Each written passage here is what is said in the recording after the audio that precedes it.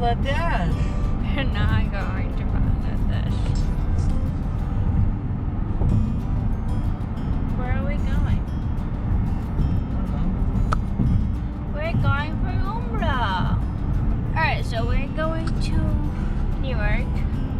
Our flight is from JFK. So here we are. We left around 4 a.m. It's currently 7. And we can see the sunrise.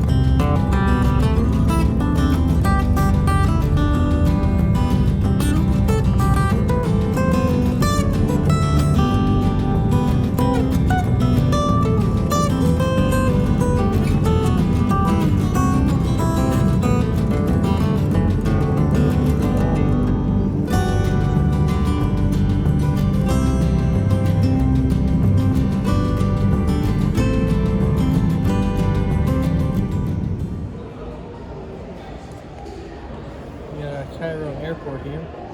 You have to give them your phone number, and then they will let you have 30 minutes if you want. Okay, we're in Egypt. We're stuck in the airport for 5 hours. It's mostly empty. Right, baby? Sure. Alright, so we made it to our hotel. As you can see, we're on my face. I'm very, very tired. We just got our key, and then we came with the bus from the hotel. From the airport, and then they just dropped off our luggages. Now we're about to head out. The flight was really long and tiring. And we're both very exhausted, but the hotel is amazing. It is really, really pretty. The outside is like very royal. That's our hotel. Well, inside is like not that big of a deal, but I'll show you guys outside, which is super, super nice. All right, are you ready, baby? Mm-hmm.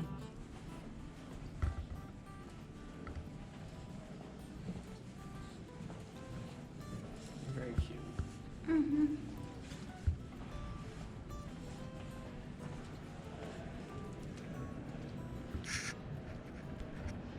Clean shoes.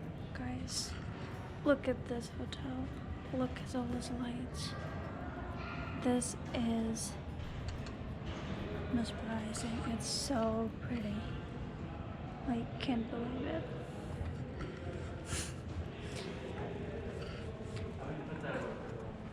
Huh?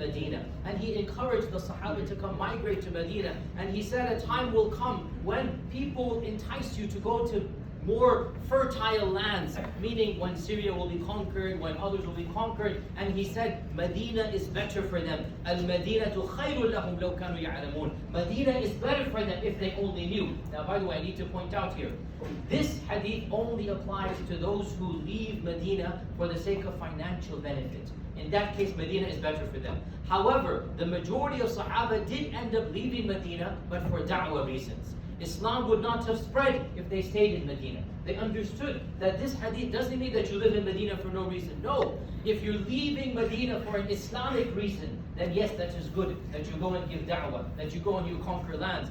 Most of the Sahaba are buried across the world. They left Medina because they understood they have a higher calling. But those that are able to come here, in fact, not just come here, there's a really interesting hadith, really bizarre if you think about it. Our Prophet ﷺ said, "Man istata'a minkum an yamut fil Madina falyamut fil Madina." Whoever amongst you is able to die in Medina, let him die in Medina. What a strange hadith if you think about it. Whoever can die in Medina, die in Medina, meaning what? Come here as often as you can. Come here as often as you can. Live here if you can. If you're able to die here, meaning you make a dua to Allah, and if Allah blesses you with death here, why? He said, because I will be an intercessor for those who pass away in Medina, and especially for those who are buried in Baqi' al-Gharqad, which we're going to come to inshallah when we talk about some of the sites of Medina. Medina, of course, is the holy land. Our Prophet ﷺ, when he migrated to Medina, he said, just like Allah declared the sanctity of Makkah upon the tongue of Ibrahim, now I am declaring the sanctity of Medina on my tongue.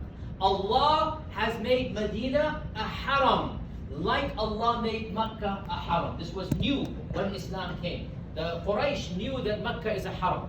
The Quraysh knew that. This was from the days of Ibrahim alayhi salam. When the migration occurred, Allah Azza wa Jal converted Medina into a haram. And that's why we have two harams in our faith. Al-Haramain al-Sharifain. As for Aqsa, by the way, it is not a haram technically, even though the people call it Haram al-Sharif, the complex there. Technically, from a fiqh perspective, it's not a haram, it is a blessed land. It's different than being a haram. What is a haram? A haram is where the halal becomes haram. That's what's haram. What is halal? Hunting, carrying weapons, other things that might be halal in other places, they become haram in the haram. And that's why, of course, we're not going out hunting anything, but if you were to see a gazelle in Mecca, if you were to see a deer in Mecca, you would not be allowed to hunt that. You cannot pluck a leaf in Mecca because it is sacred ground. A leaf that is growing there, a flower that you see, it is sacred. You are not allowed to pluck it. Obviously, unless there's a greater cause, you're building a highway for the Hujjaj. But me and you, when we're walking down the street, we don't touch anything in the haram. The haram is sacred ground. Even if you find a lost item, you leave it there. It's not for you to pick up. Leave it for the people in charge of the facilities. Everything is haram, sacred. That's why Allah says in the Quran, وَمَنْ دَخَلَهُ كَانَ آمِنًا. Whoever enters, of course the verse is in regards to Mecca, whoever enters Mecca shall be safe. No one is allowed to harm the person. Why? Because what might be halal outside Mecca becomes haram inside Mecca. Now our Prophet ﷺ said, Medina is also a haram, like Mecca is a haram. So we have the two Haramain Sharifain, Mecca and Medina. And in terms of the sanctity of the city, our Prophet ﷺ even demarcated exactly where the city is to show you how blessed it is. He literally set 4 points on the compass, and he said, Medina is a haram between the two volcanic lavas and between this mountain and that mountain. Jabal Ayn and Jabal Thawr, which again we will see, Jabal Ayn is behind Uhud. We're going to see that. And Jabal Thawr, we will not actually see it. But the point is, he actually demarcated 4 points on the compass. This point, that point, this point, that point. The city of Medina is sacred in between it. Our Prophet ﷺ also told us a time will come when Medina will be the refuge in times of fitan and strife. I gave a long series of lectures on the signs of the Day of Judgment. Listen to one of those lectures. It talks about when the Dajjal will come. And people will flee to Medina, seeking refuge in the city of Medina. This is where people will flee to if they have Iman. and Dajjal will come and he will camp outside Medina.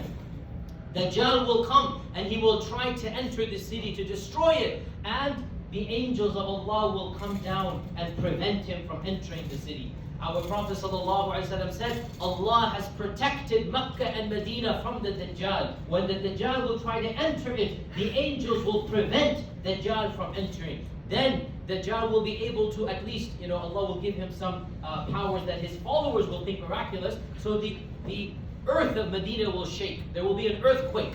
And those who have Iman will know that this is a prediction that the Prophet ﷺ said there will be a severe earthquake. We're going to stay here and stay put. And they will put their trust in Allah and they will stay put in Medina and they will be safe.